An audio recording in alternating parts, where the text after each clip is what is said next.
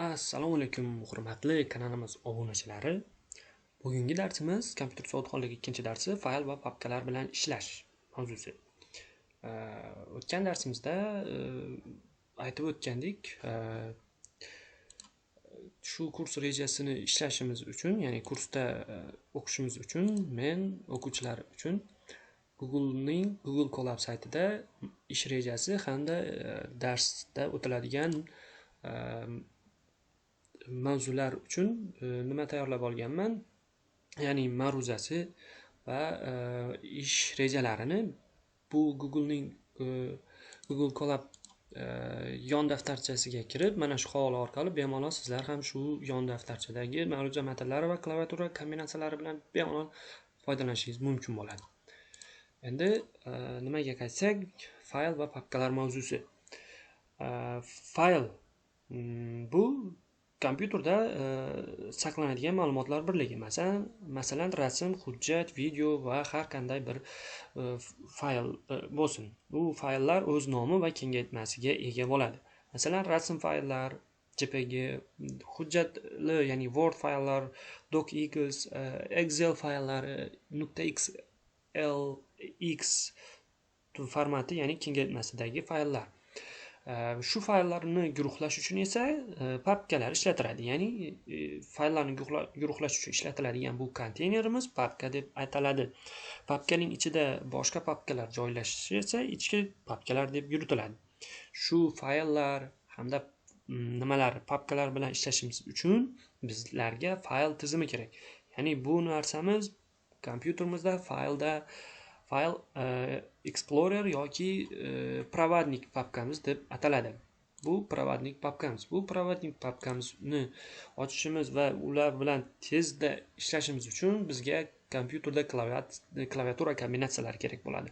Masalan, bundan bittasi Win hamda E tugmasini bosish orqali biz to'g'ridan to'g'ri provodnik papkani ochib olishimiz mumkin. Yana shunday bir nimalardan biri, kompyuterda yangi turdagi papka yaratmoqchi bo'lsak, Ctrl Shift N, ya'ni N harfini bosish orqali biz kompyuterda yangi papka yaratib olamiz. Hozir qaytadan bosaman. Mana yangi yaratilgan papkamiz mana shu yerga tushdi. Endi shu papkani nomlashimiz uchun biz F2 tugmasini bosishimiz zarur bo'ladi. Agar kimda kompyuter yoki noutbukida Fn tugmasi bo'ladigan bo'lsa, buni Fn hamda F2 bilan klavishini bosishi zarur bo'ladi. Va bunga folder deb nom beraman. Folder 1 deylik, masalan, birinchi papkamiz bo'lsa. Va endi shu papkamizni ochib olishimiz uchun, ya'ni ikki oynada ochib olishimiz uchun bizga zarur bo'ladi. Birinchi oynani shu orqali mishkani kursorni 2 marta bosish orqali ochib oladigan bo'lsak, ikkinchi turdagi oynani, ya'ni shu papkani yana ochishimiz uchun Ctrl N harfini bosadigan bo'lsak, mana bitta papkani ikkita oynada ochib beradi.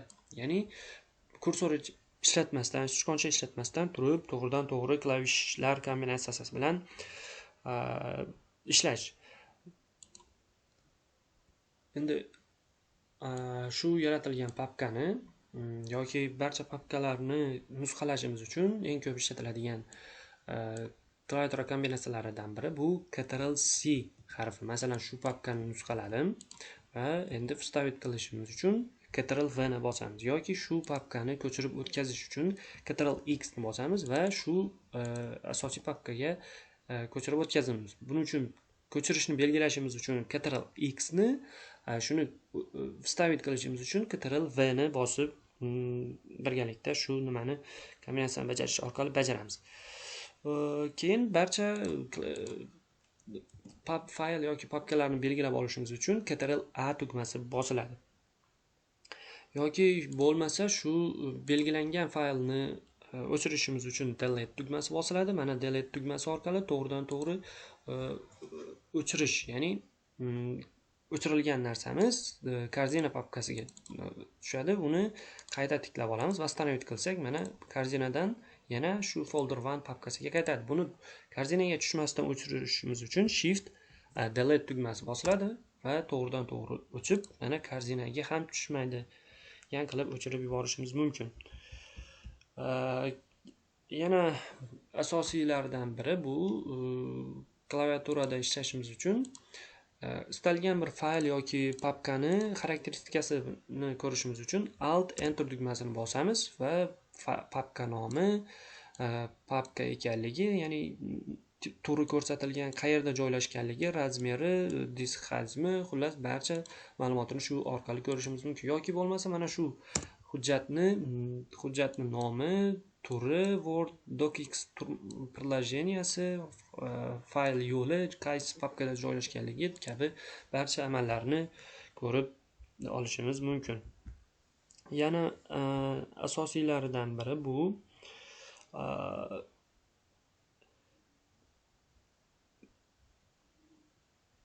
qaysidir bir papka ichida turgan bo'lsak, shu papkadan bir orqaga qaytish niyatimiz bo'lsa, bir papka orqaga qaytishimiz uchun Alt yuqoriga tugmasi bosiladi yoki Alt o'ngga, chapga tugmasi bosish orqali biz nimani qilishimiz mumkin? Orqaga tugmasini bosamiz yoki yuqoriga tugmasini bosamiz. Shu bilan orqaga, oldinga, bir papka oldinga, bir papka yuqoriga qaytish imkoniyatini yaratadi. Bu kursor ishlatmasdan to'g'ridan to'g'ri klaviatura bilan amal bajarish uchun ishlatiladi. Keyin mana shu search menusini ochishimiz yoki searchda to'g'ridan to'g'ri nima yozishimiz uchun Ctrl F tugmasi bosiladi. Ctrl F bosilsa, mana shu yerga istalgan bir faylni nomi yozib izlashimiz mumkin. Web texnologiyani yozamiz, agar bo'lsa ko'rsatadi, bo'lmasa yo'q. Demak, unday fayl yoki papka mavjud emas. Va kompyuterda bir necha papkalar, oynalar ochilgan bo'lsa, shu ochilgan oynalarni nimasini ko'rishimiz uchun birdaniga desktop oynaga, rабочий stolga qaytishimiz uchun Win hamda D tugmalari birgalikda bosiladi.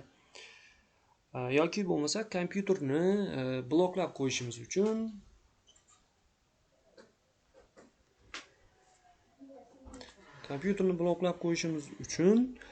Win hamda L tugmasi bosiladi. Menda hozir video zapis qilayotganligim sababli ko'rsatmayman.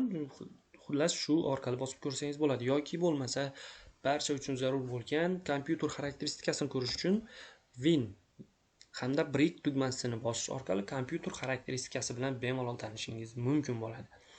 Va shulardan ayni bizga kerak bo'ladiganlaridan bittasi buni nimasini endi Alt F4 klavishini bosish orqali shu oynalardan chiqish vazifasini bajaramiz. Mana.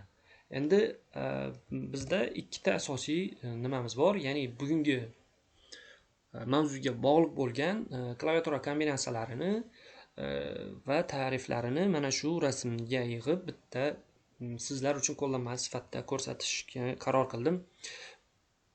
Bemalol shu video darsdagi klaviatura kombinatsiyalarini mana shu rasm orqali o'rganishingiz mumkin bo'ladi.